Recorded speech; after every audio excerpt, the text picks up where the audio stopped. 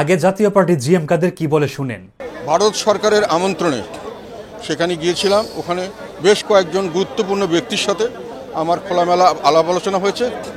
তবে সেই আলাপ আলোচনা কার কার সঙ্গে হয়েছে এবং কি বিষয় নিয়ে হয়েছে এগুলো বিষয়ে আমি বিস্তারিত কিছু বলতে পারবো না, কেননা আলাপগুলো ওইভাবেই করা হয়েছে। ওনারা যদি কোনো প্রকাশ করতে চান করবেন, আমার পক্ষ থেকে ওনাদের পারমিশন ছাড়া আমি কোনো কথা বলতে পারবো না।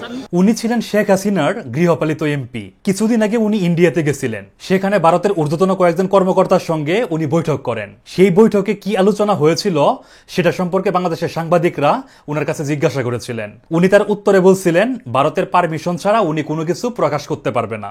এই জাতীয় বেঈমান জাতীয় পার্টি জিএম কাদেরের জন্য 2 দিন আগে পুলিশ এবং সেনাবাহিনী গণ অধিকার পরিষদের নুরুল হক নূরকে পিটায় রক্তাক্ত করছে। অন্তর্বর্তীকালীন সরকার এই গাদ্দারদের কার্যালয় রক্ষা করার জন্য পুলিশ এবং সেনাবাহিনী মোতায়েন করে রাখছে।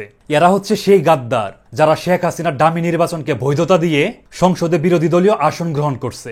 সেই জাতীয় পার্টিকে রক্ষা করার জন্য অন্তর্বর্তীকালীন সরকার আজকে ছাত্রদের উপরে হাত উঠাচ্ছে, তাদেরকে রক্তাক্ত করতেছে। যারা সম্মুখ সারি যোদ্ধা ছিলেন তাদেরকে হাসপাতালে পাঠাচ্ছে। এগুলো আমাদের জন্য অশনি সংকেত। এর কারণ হচ্ছে জুলাইয়ে যে ঐক্য ছিল তাতে ফাটল দেখা দিছে। সেই ফাটল দেখা দেওয়ার কারণেই আজকে শেখ হাসিনার ফ্যাসিস্ট বাহিনী আবার মাথাচাড়া দিয়ে ওঠার সুযোগ পাচ্ছে। জাতীয় পার্টি জিএম কাদেররা এই সমাজের বিস্ফোরা, এরা জাতীয় বেঈমান। এরা দিনের পর দিন এই দেশবাসীর সঙ্গে গাদ্দারি করে গেছে, বেঈমানি করে গেছে। আওয়ামী লীগের কার্যক্রমকে যেভাবে নিষিদ্ধ করা হয়েছে, এই জাতীয় পার্টিকেও নিষিদ্ধ করা এখন সময়ের দাবি। যারা জাতীয় স্বার্থে ভারতের সাথে বৈঠক করার পর প্রকাশ করতে পারে না, তাদের এই দেশে রাজনীতি করার কোনো অধিকার নাই। তাদেরকে অবিলম্বে নিষিদ্ধ করতে হবে এবং এই দেশকে কলঙ্কমুক্ত করতে হবে। ধন্যবাদ সবাইকে।